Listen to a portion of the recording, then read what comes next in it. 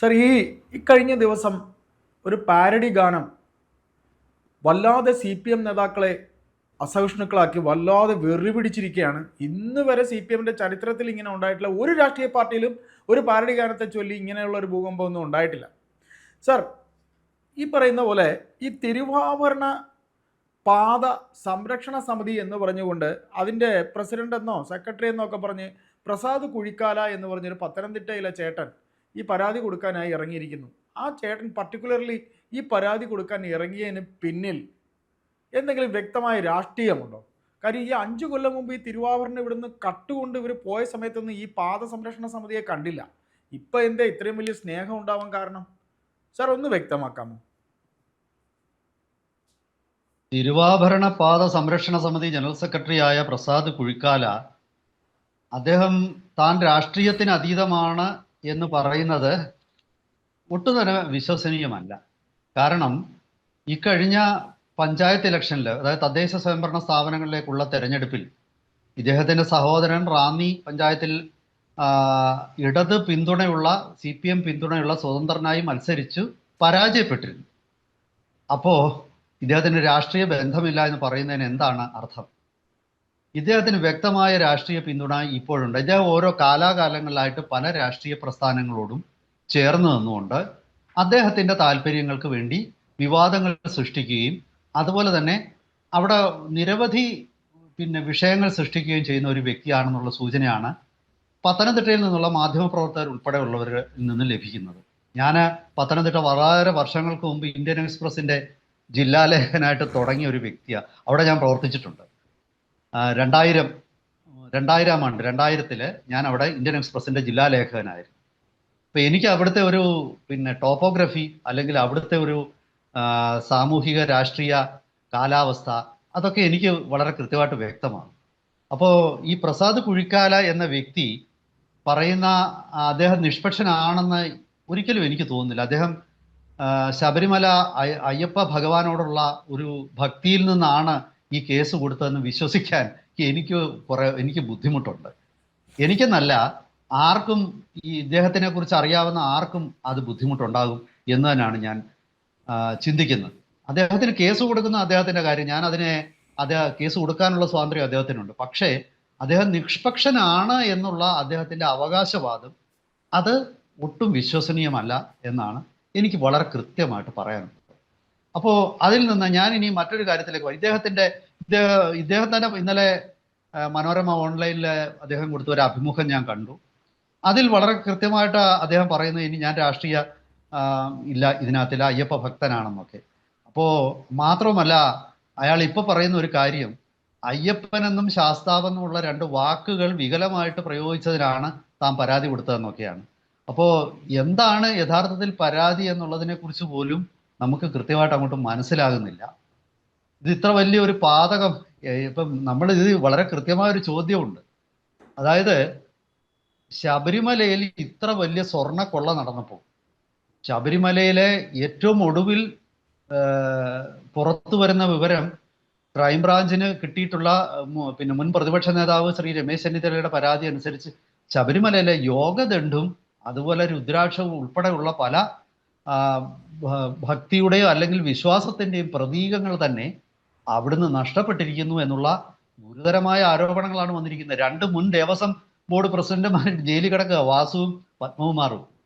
ഇത്ര വലിയ ഗുരുതരമായ പ്രശ്നങ്ങൾ നിലനിൽക്കുമ്പോൾ ഈ കുഴിക്കാല പ്രസാദിന് ഉള്ള പരാതി ഒരു പാരഡി പാട്ടിലെ 2 വാക്കുകളാണ്. അതിനാണ് അദ്ദേഹം പ്രാധാന്യം കൊടുക്കുന്നത്. അപ്പൊ എവിടെയൊക്കെയോ ചില ദുരൂഹതകൾ ഇതിലില്ലേ?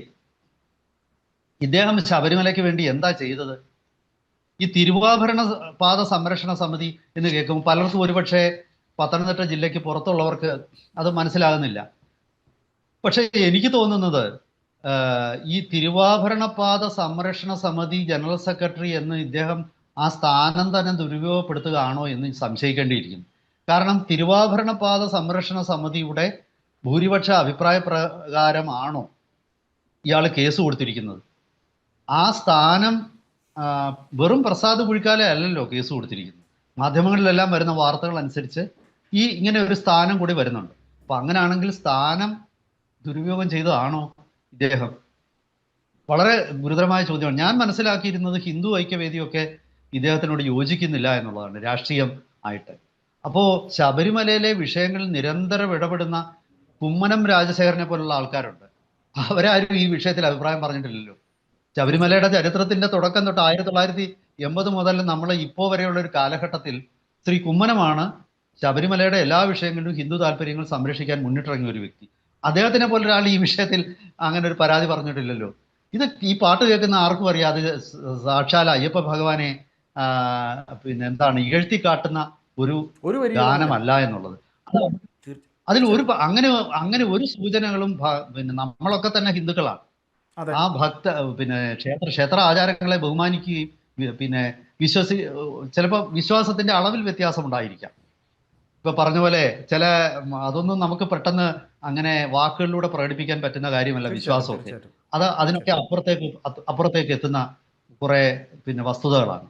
അപ്പോൾ ഞാൻ പറയുന്ന അങ്ങനെയുള്ള ഒരു സാഹചര്യത്തിൽ ഇത് ഇങ്ങനെ ഒരു വിഷയം പൊക്കിക്കൊണ്ട് വരുന്ന ഒരു വ്യക്തി, ആ വ്യക്തിയുടെ 100% പരിശുദ്ധമായ ഇന്റൻഷൻ ആയിരിക്കണം.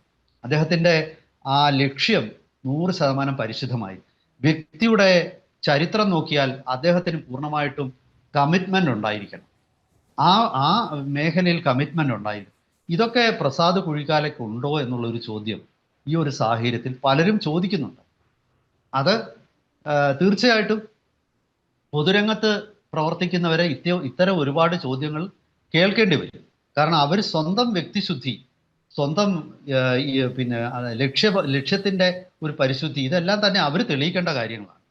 അങ്ങനെ തെളിയിക്കാത്തിടത്തോളം കാലം ഇത്തരം ആരോപണങ്ങളൊക്കെ രാഷ്ട്രീയ പ്രേരിതമാണെന്നുള്ള സംശയം നിലനിൽക്കും. ആ സംശയം അവരുടെ പിന്നെ കേസിനെ തന്നെ ദുർബലപ്പെടുത്തും. ഇവിടെ സംഭവിച്ചിരിക്കുന്നത് ഞാൻ മനസ്സിലാക്കുന്നത്, ഇന്നലെ ഹിന്ദു ഐക്യവേദിയൊക്കെ പത്രസമ്മേളനം നടത്തിയിട്ടുണ്ട്. അവരൊന്നും ഇത്തരം ഒരു ആശയം മുന്നോട്ട് വെച്ചിട്ടില്ല ഈ വിഷയത്തിൽ. ഇത് ഈ ഒരു വ്യക്തിയുടെ താല്പര്യം, ആ വ്യക്തിയുടെ പിന്നിൽ രാഷ്ട്രീയം, അത് അദ്ദേഹത്തിന്റെ ഏറ്റവും ഒടുവിലത്തെ രാഷ്ട്രീയം. ഇദ്ദേഹം കാലാകാലങ്ങളിൽ ഓരോ പ്രസ്ഥാനങ്ങളോടും തോളോട് തോൾ ചേർന്ന് നിന്ന് തൻ്റെ ലക്ഷ്യങ്ങൾ നേടിയെടുക്കാൻ ശ്രമിക്കുന്നുണ്ട്. ഈ തിരുവാഭരണ പാത സംരക്ഷണം എന്നത് ഒരു വ്യക്തി മാത്രമല്ല, അതിൽ എനിക്കറിയാവുന്ന ഒരു റാന്നി അനിൽ എന്ന ഒരു വ്യക്തിയുണ്ട്. അദ്ദേഹം ഇതിനകത്തിൽ വളരെ സജീവമായിട്ട് പങ്കെടുത്താണ്. അവരൊക്കെയാണ് കൃത്യമായിട്ടും ഈ പാത പല ആൾക്കാരും കയ്യേറിയിരുന്നു. തിരുവാഭരണം കൊണ്ടുപോകുന്ന പരമ്പരാഗത ഒരു പാതയുണ്ട്. ആ പാത പല ആൾക്കാരും കയ്യേറിയിട്ട് അവിടെ കടകൾ സ്ഥാപിക്കുന്നു, അല്ലെങ്കിൽ വീടുകളുടെ പിന്നെ എക്സ്റ്റൻഷൻ അവിടെ വരുന്നു. സ്വാഭാവികമായിട്ടും അതിനെതിരെ ഒരു ഭക്തസമൂഹം രംഗത്ത് വരികയും ആ ഭക്തസമൂഹം ഇതിനെതിരെ പ്രക്ഷോഭം നയിക്കുകയും അതിനെ തുടർന്ന് പല കയ്യേറ്റങ്ങളും ഒഴിപ്പിക്കപ്പെടുകയും ചെയ്തു. അപ്പോൾ അങ്ങനെ ഒരു കൂട്ടായ്മയുടെ ഭാഗമായിട്ട് ഒരു സമയത്ത് നിന്നെങ്കിൽ അത് ദുരുപയോഗപ്പെടുത്താൻ പാടില്ല. ആ പദവി അത് അവിടെ നിന്നാണ് ചോദിക്കേണ്ടത്. നമ്മളിപ്പോൾ അതിനെക്കുറിച്ച് കൂടുതൽ ഞാൻ പറയുന്നില്ല. പക്ഷെ ഈ ഇദ്ദേഹത്തിനെ കുറിച്ച് നിരവധി സംശയങ്ങൾ ഉണ്ടാവാൻ ഇങ്ങനെ പല വിഷയങ്ങളുണ്ട്. അതുപോലെ തന്നെ ഈ ശബരിമലയിലെ പമ്പയിൽ പ്രവർത്തിച്ചിരുന്ന അയ്യപ്പ സേവാ സംഘത്തിന്റെ ഓഫീസ് അടച്ചുപൂട്ടുന്നു. അതുമായിട്ട് ബന്ധപ്പെട്ട് ഒരുപാട് വിഷയങ്ങൾ, അതിൽ ഈ പ്രസാദ് കുഴിക്കാലയുടെ ഇടപെടലുകളാണ് ഇതിലേക്ക് നയിച്ചത് എന്നുള്ള ആരോപണങ്ങൾ, ഇങ്ങനെ ഒരുപാട് വിഷയങ്ങൾ അവിടെ നിലനിൽക്കുന്നുണ്ട്. പ്രസാദ് കുഴിക്കാല എന്ന വ്യക്തി ഇത്തരം വിഷയങ്ങളിലൊക്കെ ഇടപെടുമ്പോൾ സ്വാഭാവികമായിട്ടും ഇത്തരം ന്യായമായ ഒരുപാട് സംശയങ്ങൾ സമൂഹത്തിൽ നിന്നുണ്ടാവും. കാരണം സാമൂഹിക വിഷയങ്ങൾക്ക് വേണ്ടി ഒരാൾ ഇടപെടുമ്പോൾ അയാളും ഇതുപോലെ ആരോപണങ്ങൾക്ക് അതീതനല്ല എന്നുള്ളത് ഈ ഇടപെടുന്ന വ്യക്തികൾ ഓർക്കണം. അദ്ദേഹത്തിന്റെ എല്ലാ പിന്നെ ബന്ധങ്ങളും അദ്ദേഹത്തിന്റെ ലക്ഷ്യങ്ങളും ഒക്കെ തന്നെ ചോദ്യം ചെയ്യപ്പെടും. കാരണം എങ്കിലേ ഈ പറയുന്ന പിന്നെ എന്താണ് പോരാട്ടത്തിന്റെ ഉദ്ദേശശുദ്ധി വെളിയിൽ വരും. ഈ പോരാട്ടത്തിന്റെ ഉദ്ദേശശുദ്ധി വെളിയിൽ വന്നെങ്കിൽ മാത്രമേ നമുക്ക് ഇത്തരം പോരാട്ടങ്ങളോട് ഒപ്പം നിൽക്കാൻ പറ്റൂ. അതല്ലെങ്കിൽ അത് തികച്ചും രാഷ്ട്രീയ പ്രേരിതമായിട്ടുള്ള സ്വാർത്ഥ ലാഭത്തിന് വേണ്ടിയിട്ടുള്ള പോരാട്ടങ്ങളാണ് ഇതെന്നുള്ള നിഗമനത്തിലായിരിക്കും നമ്മൾ എത്തിച്ചേരുന്നത്. ഇവിടെ ഈ പാരഡി പാട്ട് എന്നുള്ളത് ഇപ്പൊ ഒരുപാട് പേര് പല കാര്യങ്ങൾ ചൂണ്ടിക്കാണിക്കുന്നുണ്ട്. കാരണം പണ്ട് നമ്മുടെ പ്രതിപക്ഷ നേതാവ് വി ഡി സതീശൻ ചൂണ്ടിക്കാണിച്ച ഒരു കാര്യമുണ്ട്. അതായത് ശ്രീ കെ കരുണാകരനെതിരെ ഇതേ പാട്ടിന്റെ ഒരു ട്യൂണില് പിന്നെ ഒരു പാരഡി ഗാനം ഇറങ്ങിയിരുന്നു. അദ്ദേഹത്തിന്റെ വേഗത, അദ്ദേഹത്തിന്റെ പിന്നെ കാറിന്റെ വേഗതയ്ക്കെതിരെ. പക്ഷെ അന്നൊന്നും കരുണാകരനൊന്നും ഈ പാരഡി കരുണാകരനൊക്കെ അങ്ങനെയാണെങ്കിൽ എത്ര പേർക്കെതിരെ കേസെടുക്കണം.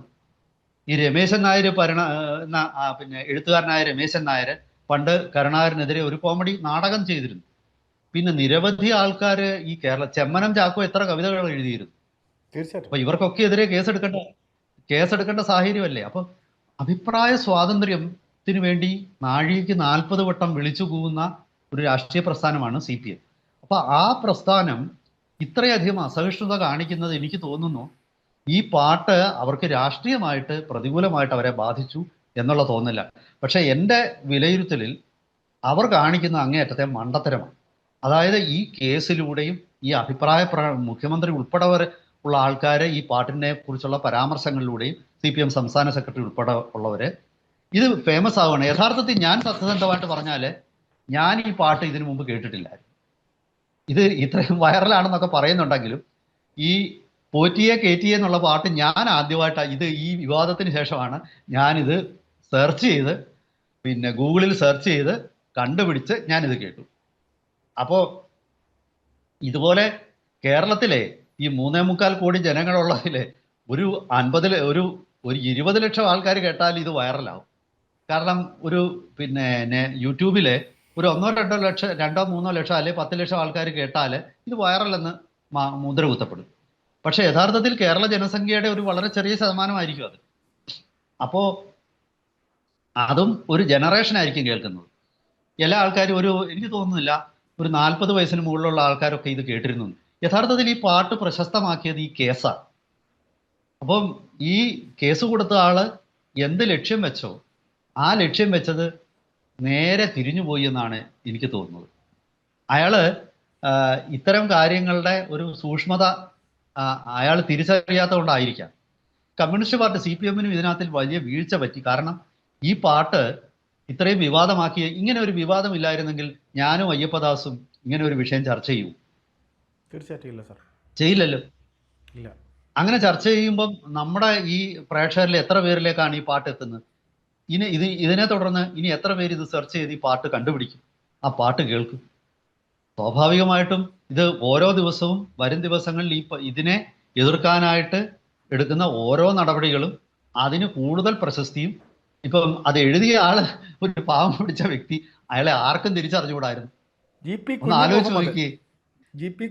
അതെ, കുഞ്ഞു മുഹമ്മദ് എന്ന വ്യക്തിയെ നിങ്ങൾക്കോ എനിക്കോ ഇതിനു മുമ്പ് അറിയാമായിരുന്നു. എന്തൊരു മണ്ടത്തരമാണ് ഈ കാണിച്ചിരിക്കുന്നത്. ഇതൊരു വലിയ ഒരു പബ്ലിസിറ്റി ഒരു വ്യക്തിക്ക് കൊടുത്തു, വലിയൊരു മെസ്സേജിങ്. ചോദ്യം കൂടെ ചോദിച്ചോട്ടെ സാർ. സാറ് പറഞ്ഞു ഈ പ്രസാദ് കുഴിക്കാലയ്ക്ക് CPM-മായി മറ്റെന്തെങ്കിലും ബന്ധമുണ്ട്? ഇദ്ദേഹത്തിന്റെ അനുജനോ മറ്റോ ഒരു സ്വതന്ത്ര സ്ഥാനാർത്ഥിയായി, സ്വതന്ത്ര സ്ഥാനാർത്ഥിയായി പത്തനംതിട്ടയിൽ മത്സരിച്ച് അങ്ങനെ ഒരു കേൾവി എന്തോ ഉണ്ടായിരുന്നു. അതുകൊണ്ടാണോ രാജു എബ്രഹാം ഇത് പെട്ടെന്ന് കയറി ഏറ്റുപിടിച്ചത്? അങ്ങനെ വല്ലതും ഉണ്ടോ സാർ? അല്ല, ഞാൻ ആദ്യം തന്നെ നമ്മുടെ ചർച്ച തുടങ്ങിയപ്പോൾ തന്നെ ഞാൻ പറഞ്ഞാണല്ലോ അത്. അപ്പം തീർച്ചയായിട്ടും ആ രാഷ്ട്രീയ ബന്ധം ഇന്ന് പത്തനംതിട്ടയിലും എല്ലാ സ്ഥലത്തും ചർച്ച ചെയ്യപ്പെടുകയാണ്. രാജു എബ്രഹാം ഇത് ഏറ്റെടുത്തത് സ്വാഭാവികമായിട്ടും ആ രാഷ്ട്രീയമായിട്ടുള്ള ഒരു താല്പര്യം കൊണ്ട് തന്നെയാണ്. അല്ലാതെ പിന്നെ ശബരിമലയെ സംബന്ധിച്ച് ഏത് വിഷയത്തിലാണ് രാജു എബ്രഹാം ഇതിനു മുമ്പ് ഇത്ര ആവേശത്തോടുകൂടി രംഗത്ത് വന്നത്? ഒരിക്കലും ഇല്ല. അത് അയ്യപ്പദാസിന് എന്തെങ്കിലും ഓർമ്മയുണ്ടോ? രാജു എബ്രഹാമിന് എന്നാണ് ഈ ശബരിമലയോട് ഇത്ര വലിയ താല്പര്യം വന്നത്? ഇപ്പൊ ഈ പിന്നെ CPM-ന് ശബരിമലയോട് എന്നാണ് താല്പര്യം വന്നത്? ഈ ശബരിമല ക്ഷേത്രത്തിലെ ആചാരങ്ങളൊക്കെ അട്ടിമറിച്ച് അവിടെ ആൾക്കാരെ കയറ്റാൻ ശ്രമിച്ച് അവിടെ വലിയ പ്രതിസന്ധികൾ സൃഷ്ടിച്ച CPM-ന് ശബരിമലയുടെ ഈ പിന്നെ അയ്യപ്പ സങ്കല്പത്തോടും ഒക്കെ ഇത്ര ബഹുമാനം എന്നാണ് തോന്നി തുടങ്ങിയത്? ഇതൊക്കെ ആൾക്കാരുടെ കണ്ണിൽ പൊടിയിടാനല്ലേ. പക്ഷേ എനിക്ക് പറയാനുള്ളത് ഇത്രയേ ഉള്ളൂ, ഈ ചക്കിന് വെച്ചത് കൊക്കിന് കൊള്ളുന്ന അവസ്ഥയിലായിരിക്കും ഇത്. അതായത് ആവശ്യമില്ലാത്ത ഒരു കാര്യത്തിലേക്ക് ഇറങ്ങി ആൾക്കാരെ ഭീഷണിപ്പെടുത്തുക എന്നുള്ളത് ഒരുപക്ഷെ പാർട്ടിയുടെ കാലാകാലങ്ങളിലായിട്ടുള്ള തന്ത്രമായിരിക്കും. ഈ ഭീഷണികളാണ് ഇപ്പൊ ചിലർക്ക് അങ്ങനെയാണ്, ചിലർക്ക് ആ തന്ത്രം മാത്രമേ അറിയാൻ പാടുള്ളൂ. അതുകൊണ്ടായിരിക്കാം ഇങ്ങനെയൊക്കെ സംഭവിച്ചത്. എന്നിരുന്നാലും ഇതൊരു നല്ല ഒരു നീക്കമായിരുന്നില്ല CPM-നെ സംബന്ധിച്ചിടത്തോളം. അവർക്ക് ഈ ഉപദേശം കൊടുത്ത ആരായാലും ശരി, അത് പാർട്ടിക്ക് വിനാശകരമായ ഒരു ഉപദേശമാണ് അവർ കൊടുത്തത്. ഇത് കണ്ടില്ല എന്ന് നടിച്ചു പോയിരുന്നെങ്കിൽ നിങ്ങളോ ഞാനോ ഇത് ചർച്ച ചെയ്യില്ലായിരുന്നു, ലോകത്താരും ഇതിനെക്കുറിച്ച് അറിയില്ലായിരുന്നു. ഇനി വരുന്ന ദിവസങ്ങളിൽ പോലീസ് കേസെടുത്ത കാരണം ആ കേസിന്റെ പുരോഗതി ഓരോ ദിവസവും മാധ്യമങ്ങൾ റിപ്പോർട്ട് ചെയ്യുകയും ഇത് വീണ്ടും ആവശ്യമില്ലാതെ ഇത് ചർച്ച, ഇത് വലിയ കൊടുങ്കാറ്റാവും. കാരണം ഇതിനെതിരെ സംസാരിക്കുന്ന ആൾക്കാർക്കെതിരെയൊക്കെ ഇനിയും കേസെടുക്കുമായിരിക്കാം. അങ്ങനെ തീർച്ചയായിട്ടും. വന്നാല് ആ വ്യക്തികളൊക്കെ തന്നെ ലൈം ലൈറ്റിൽ എത്തുകയും ഇത് ആവശ്യമില്ലാത്ത പാർട്ടിക്കെതിരെ പാർട്ടി തന്നെ നടത്തുന്ന ഒരു നീക്കമായിരുന്നത്. ഇത് ഈ മണ്ടത്തരങ്ങൾ എന്നാണ് സംസ്ഥാന കമ്മിറ്റി തിരിച്ചറിഞ്ഞ് പിണറായിയെ പോലുള്ള ഒരു വ്യക്തിയെ പിന്തിരിപ്പിക്കുന്നത് എന്ന് അത് കാത്തിരിക്കുകയാണ് ഞാൻ. എന്തായാലും വരും ദിവസങ്ങളിൽ ഇത് കൂടുതൽ വിവാദമാകട്ടെ, അപ്പോൾ നമുക്ക് കൂടുതൽ ചർച്ച ചെയ്യാം, സംസാരിക്കാം.